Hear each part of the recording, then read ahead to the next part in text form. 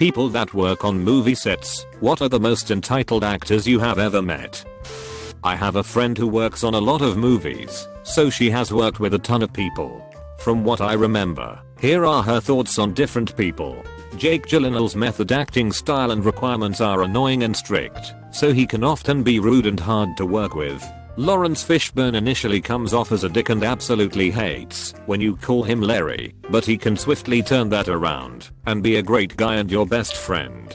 Keanu Reeves is everything amazing you'd expect him to be, but because he is so personable he doesn't have too many intimate one-on-ones with people. Emma Watson is a bit self-involved. Matt Damon is super cool, funny, and intelligent. James McAvoy is stellar to work with apparently. She also has a huge crush on him. M. Night Shyamalan is apparently an amazing father and one of the best bosses to work for. I've heard several stories about the work he puts in to being a great family man. 50 Cent is goddamned hilarious. He was hanging out on set with my friend and a white girl in a kimono walked by and he yelled out, "Oh shit. They got the Asian jump off in here." Russell Crowe is apparently super down to earth, but he can get a bit isolated if you catch him while he's focusing. Christian Bale acts kind of like Keanu, but he also can be so focused on his work that he kind of forgets to interact with people. Ryan Gosling is apparently hilarious and lovely. Bryan Cranston is also what you'd expect. He's a super nice guy who acts kind of like a father figure to most people. So to answer your question, Jake Gyllenhaal and Emma Watson are the worst I've heard about so far. Third hand here, so who knows, but a person I know has worked with Kevin Smith. During the filming of Live Free or Die Hard Day, we are shooting Kevin's scenes. I guess the call time was 7 AM. Everyone is ready, lights on, sound check, yada yada. No Bruce Willis. Turns out he was at a nearby bar having mimosas. The aide that went to get him was told, "I'm John McClane." What are they gonna do? Fire me? Or something to that effect. To Kevin's estimation, $90,000 were wasted in pay, rental fees and whatnot waiting on Bruce to be ready to go. I was playing a background doctor on an type drama a couple years ago. While rehearsing a scene, one of the actresses said to the performer next to me, "Tell him he can't stand there." She was referring to me.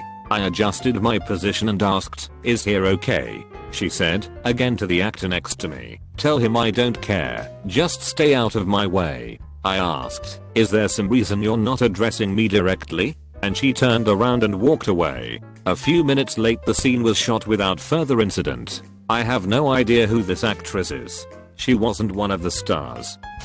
I used to work in a certain job for the movie industry. My whole family still does. There are a few groups of people on set who get to see the talent as they really are away from the spotlight, who get so good at not interacting with them that the stars forget someone is there, and this one is one of them. Now, in the biz, you get treated a lot of different ways, and most times you just shrug it off and act like a professional because you are being paid stupid good money to drive and everyone has bad days. Plus, this demographic of people use drugs and alcohol more frequently than most. So you never really know what's going on with them, and you never want to burn a bridge for work, because the industry can go up or down. Work is not always steady. With that said, the following experiences are about people who are consistently, over weeks, months, or years, insufferable dickheads to multiple people. There is a documented set of data points to show a trend of indiscriminate ashlery over time. 1. Chris fucking O'Donnell. Hands down the worst. This asshole is literally the worst I have seen in the industry. This extremely minor television actor and former model, see his fattest neck, thinks he is not only talented but divine, and will wonder aloud while S's are doing something near him. Chris once complained to production that a slightly overweight security guard was assigned to an area near catering. Fuck Chris O'Donnell. Chris, if you're reading this, you are a fucking pill smoker and your neck is fat. Everyone laughs at you when you are not around, especially production. 2. Helen Hunt. More like Helen Cunt.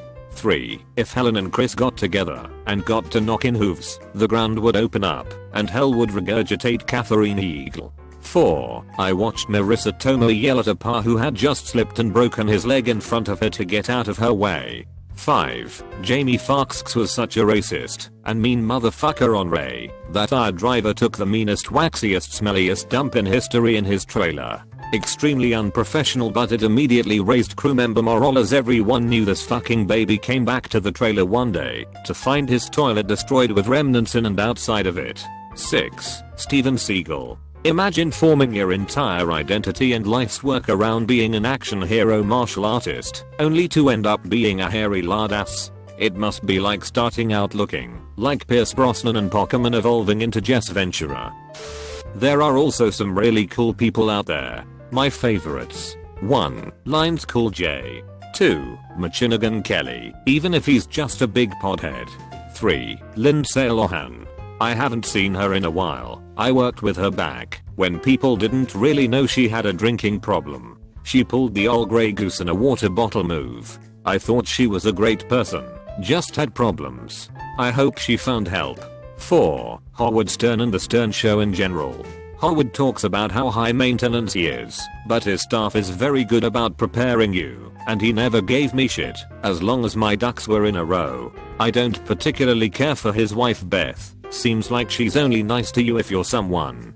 5. Mark Harmon is the fucking man. Here are some people who I found to be not good or bad, just strange. 1. Jared Butler is about 18 years old in his head.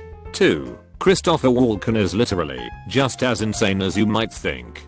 3. Joaquin Phoenix is like that guy who wants to be your friend, but is impaired by several layers of mental illness. 4. Samuel L. Jackson is very into porn. No, you don't get it. Very big fan of porn.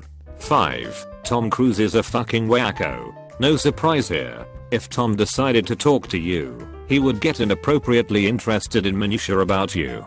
I mentioned I like 3 creamers in my coffee, and he thought it was just about the most interesting fucking thing he had ever heard in his life. Not that it's any surprise to anyone, but Michael Cera is a huge fucking asshole. I watched so many young musicians come up to him during the Sex Bob-omb tour, come up to him to talk about music, or gush about how he inspired them, only for him to either brush them off completely, ask them why they are talking to him, or just have security come take them away. Total dick. Faye Dunaway. Faye Dunaway. And I cannot stress this enough. Faye Dunaway. I've had dealings with her personally and can vouch for her entitledness and nastiness, but my friend who works on movie sets has horror stories. Extremely demanding and also picky. She brings her scales with her everywhere and will make anyone catering weigh it up in front of her. She has a no eye contact rule, which must never be disobeyed, and she also yells and screams when things do not go her way. Bam Margera used to frequent a mall where I was managing a store. He was always cool and never seemed pretentious. One afternoon he came in with some friends, and they were all obviously either high, drunk, or both. They were in my store, making a scene, being obnoxious, and started throwing around merchandise. Before I could say anything to them, Bam turned around and yelled for them to stop acting like fucking children and to put everything back where they got it. Like good little peons, they did what they were told. He just looked at me and with a long and tired look on his face told me he was sorry about them. So, yeah, Bam seems to be a good guy.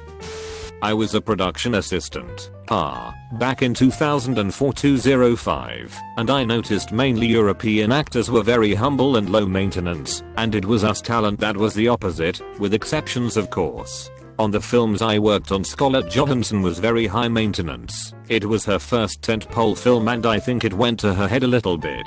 She kept demanding extra things left and right, and it was a miserable experience for most of the pars on set.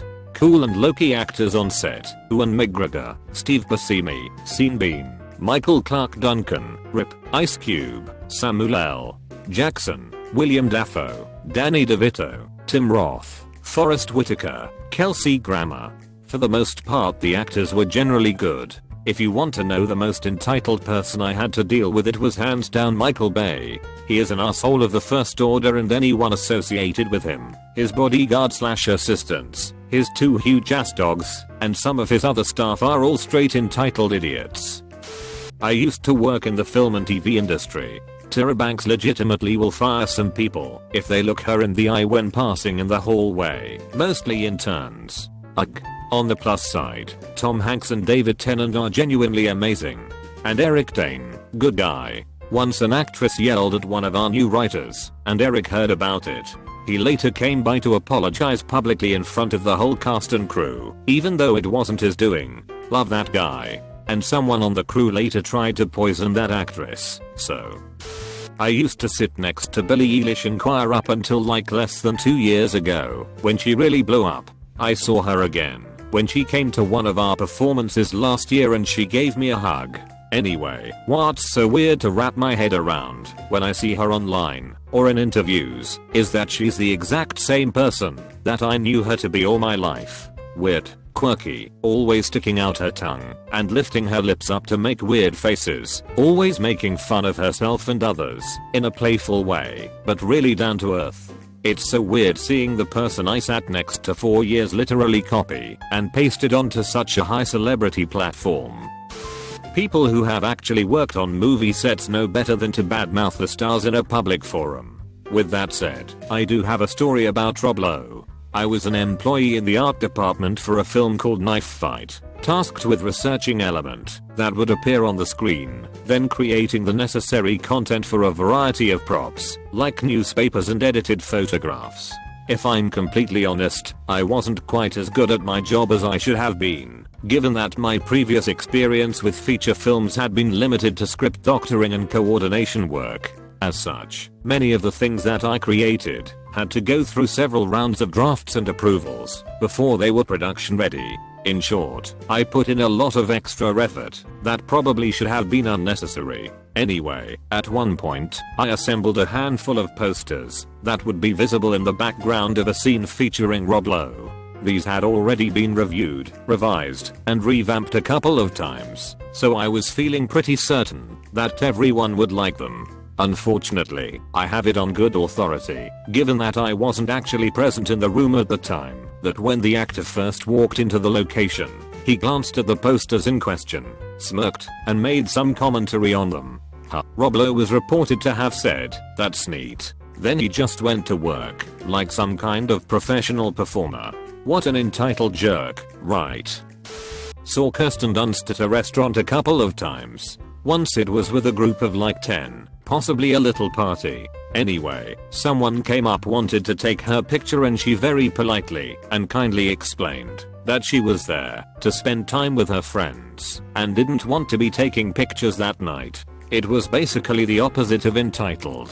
I also saw Andy Samberg at a restaurant once, and his friends stuck him with the bill without so much as a glance at their own wallets, whatever that might imply about their character or his, or neither. I couldn't hear their conversation. Maybe they had discussed it beforehand. Maybe he's their employer, and it was a business dinner. Maybe he was a total ass, and wanted to buy their respect. Mostly it's impossible to judge a person's character on one interaction or perceived interaction.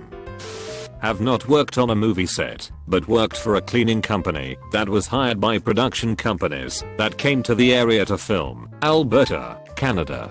We would take care of the homes of some celebs. Tom Hardy was lovely, very down to earth and friendly, would walk by us in the house and always greet us, and often talk about the weather and other mundane things. Small talk. His whole entourage was friendly. It was actually quite an enjoyable job, good pay, easy work, nice environment, etc. When we cleaned Leonardo DiCaprio's place, we were specifically told not to talk or look at him by the contact person my boss had. We wouldn't have spoke unless spoken to first, but the specific request for it made us uncomfortable. One time, one of my co-workers had a close encounter with Leo in his bathroom. She was cleaning while he was coming in. She jumped, apologized and said, "I'll get out of your way." She quickly gathered up all her cleaning stuff and hurried out. He was totally silent and turned his head away from her. It was weird. And just a quick side note, we had a specific way we'd clean so to not encroach on anyone needing the bathroom. Leo's bedroom and bathroom were done when we certain he was up and about or out of the house, and we always went as fast as we could. The previous cleaning company that was there before us was fired because one of the workers said, "How are you?" or something like that to Leo. That prior knowledge also made it harder working there. Oddly enough though, Leo's entourage had a strange curiosity with us that felt uncomfortable in the opposite sense. Almost like they'd never seen people before. Lol. Steven Seagal shows up and rejects his stunt double for being too fat, aka a perfect double for him, and selects a stunt double for himself who was much thinner. In fact, it was Star-Lord's double for all those movies. Production had to put Star-Lord in a fat suit so he would look like Seagal, and he ends up doing 90% of Seagal's scenes, which is a good thing, because it turns out Seagal likes to literally punch stuntmen during choreographed fights, and then taunt them if they wins. Edit. Also, Seagal got in trouble for flirting with underage girls and bringing prostitutes on set. Jeremy Renner is on top of a frozen mountain at night and demands chili with no specifications. The crafty then sends the chili with a cart of topping options. Edit. It takes at least 20 minutes to get to the top of the mountain, no matter what. When it arrives, Renner chews out the crafty assistant, saying he expected chili in 5 minutes. The crafty assistant fires back at him, telling him nobody's getting anything from Basa Camp to the top of this mountain in 5 minutes without a helicopter. The crafty assistant is banned from talking to or looking at Renner for the rest of the shoot. I went to school with a guy who wound up co-starring in a feature film. I saw him in the bar one night. He walked up to this table of women and said, "So, who wants my autograph?" He even had a pen. The women had no idea who he was, because the movie he'd been in was some short-run B movie nobody had even heard of. Insecure people who gain any sort of fame and recognition are the most cringy of all. I try to remember that everyone has bad days and good, and my interactions with people on a professional level can be just that, a bad day or a good day. But that being said, working with Jonathan Frakes was so wonderful that at the end of our time together, I nearly turned around and said, "I love you, Dad." Everything this kid who grew up wanting to be Commander Riker could hope for.